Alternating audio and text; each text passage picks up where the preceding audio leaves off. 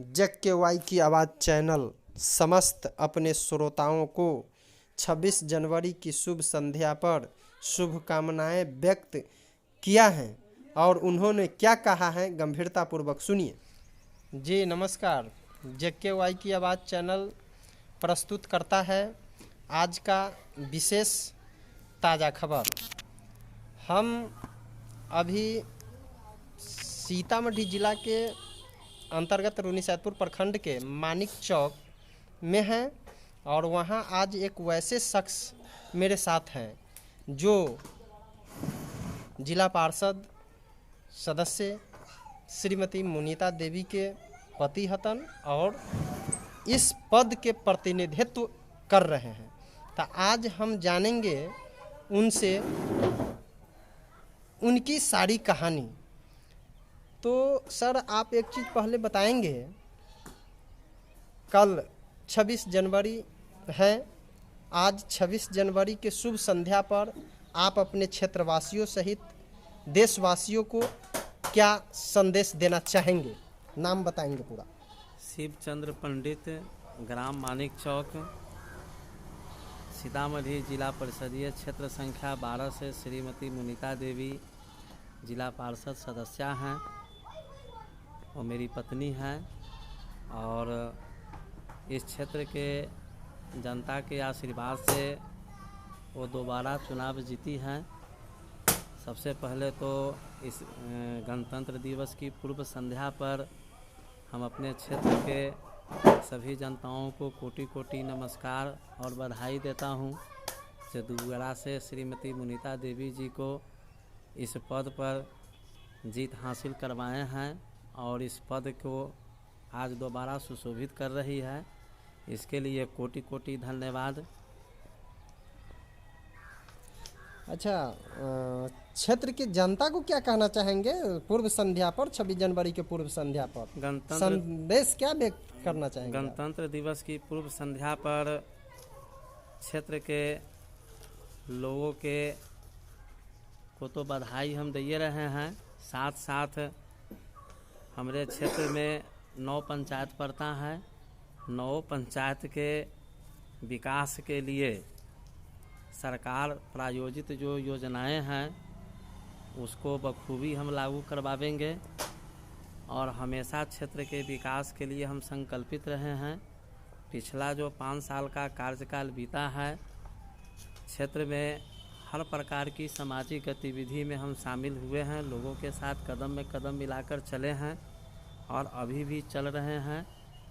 चाहे सरकार के द्वारा प्रायोजित योजनाएं हो उसको लागू करवाने में, अफसरों के साथ बातचीत करके आम जनता तक सुख सुविधाओं को पहुंचाने में हम हमेशा तत्पर रहे हैं और कोशिश हमारी है जो भविष्य में भी हम तत्पर रहेंगे, लोगों के साथ कदम में कदम मिलाकर चलेंगे और सरकार की जो योजनाएं हैं उसका लाभ सही समय पर और सही लोगों को मिले, इसके लिए हम कृत संकल्पित हैं। जब चुनाव का समय आता है तो हो सकता है एक मतदाता के साथ कई हित आपस में टकराता हो सकता है उस स्थिति में वो वोट न कर पाएँ, लेकिन आज हम चुनाव जीत गए हैं तो हमारे क्षेत्र में 70,000 मतदाता हैं, तो हम 70,000 मतदाताओं का प्रतिनिधित्व कर रहे हैं। तो निश्चित रूप से सभी लोग हमारे हैं और हम उनके हैं। हमारा सिद्धांत भी यह कहता है each for all, all for each, सब प्रत्येक के लिए और प्रत्येक सब के लिए। हम इस पर विश्वास करते हैं। ज़रूरतमंद जो लोग हैं उनके लिए हम हमेशा तत्पर रहते हैं। अच्छा सर, मुझे जैसा जो क्षेत्र भ्रमण के दौरान जानकारी मिली है जो इस बार आपको ज़बरदस्त विरोध का सामना करना पड़ा है और उतनी विरोध होने के बाद भी आप अपनी सफलता को कैसे हासिल किए हैं वो चीज़ बताएंगे दर्शकों को। लोकतंत्र में विरोध होना लाजमी रहता है। अगर लोकतंत्र में विरोध न हो तो लोकतंत्र का आदर्श रूप सामने प्रकट नहीं होगा। अच्छा, विरोध जब लोग करते थे उस समय आपका क्या फीलिंग होता था? विरोध लोग करते थे तो हम हंसते हुए अपनी बातों को रखते थे, लोगों से अनुनय विनय करते थे। चूँकि जिला परिषद के द्वारा क्षेत्र में पंचायत के अनुसार वर्क होना मुश्किल होता है, क्योंकि राशि कम होता है और नेता से आम जनता की उम्मीद काफ़ी बढ़ जाती है, और एक ही समय में और एक साथ सभी लोगों की हर प्रकार की ज़रूरत की पूर्ति होना असंभव होता है।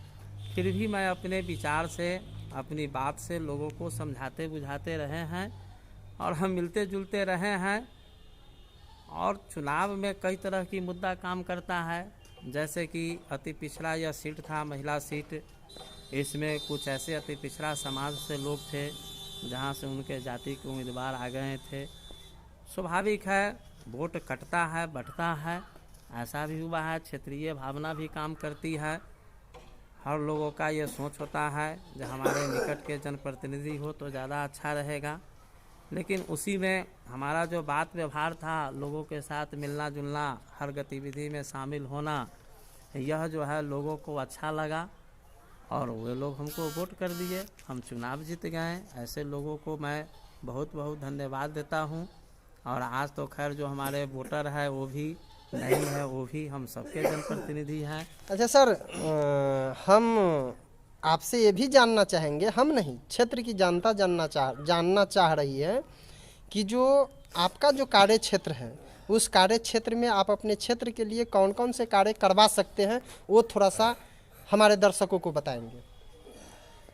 देखिए, पिछली कार्यकाल में अपने क्षेत्र में खास करके सड़क की समस्या को प्रमुखता से बैठक में उठवाया गया।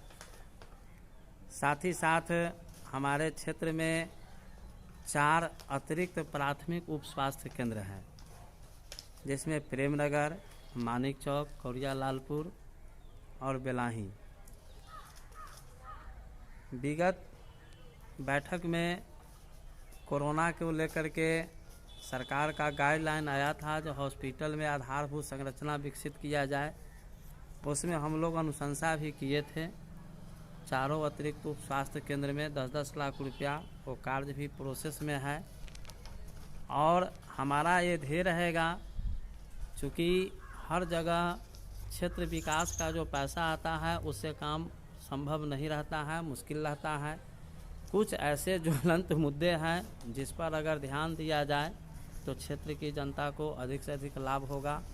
जैसे में कि हम सिंचाई की सुविधा के बारे में भी जिला परिषद को लिखे हैं, सरकार को भी लिखे हैं। विगत आज से 7-8 महीना पहले जो बिहार सरकार के जल संसाधन मंत्री संजय कुमार झा जी थे, ताकि बाढ़ की समस्या से निजात मिले।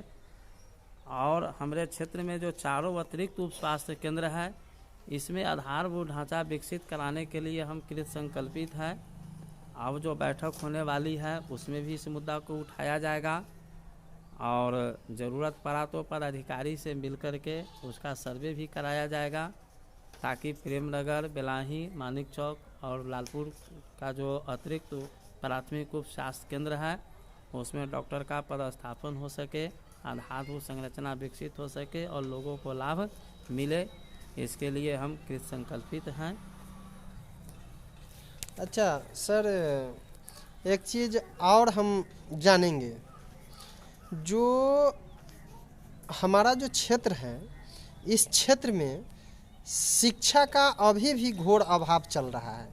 हमारे क्षेत्र का बच्चा अधिक से अधिक शिक्षित कैसे होगा, उसके बारे में बताएंगे दर्शकों को। देखिए, एजुकेशन तो ज़रूरी है। इस संदर्भ में बाबा साहब अम्बेडकर का कहना था, शिक्षा उस शेरनी के दूध के समान है, जो इसे पिएगा वो शेर की तरह दहाड़ेगा। बात सही है, क्योंकि शिक्षा में ही हमारी सभी प्रकार की समस्याओं का निदान होता है। शिक्षा केवल कमाऊ नहीं होनी चाहिए, शिक्षा व्यवहारिक भी होनी चाहिए।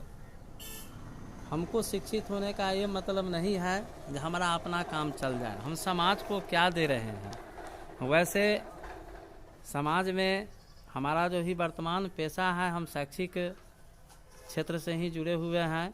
हमारा कोचिंग भी चलता है और 2005 से ही मेरा कोचिंग संस्थान चल रहा है मानिक चौक गाँव में।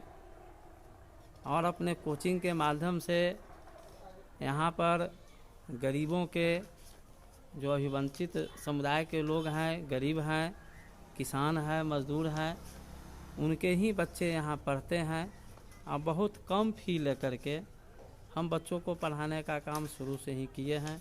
उसमें भी अगर बच्चे पढ़ने में ठीक है, तेज़ तरार है, उसकी आर्थिक स्थिति कमज़ोर रहता है, फिर भी उसको कुछ सहयोग हम कर देते हैं। आर्थिक फ़ीस कुछ माफ़ कर देते हैं, कभी कलम कॉपी में भी कुछ मदद कर देते हैं। इस तरह से यहाँ के बच्चे जो है हर साल हमारे यहाँ से करीब 50 की संख्या में प्रथम श्रेणी से बच्चे मैट्रिक पास करते हैं मेरे कोचिंग से।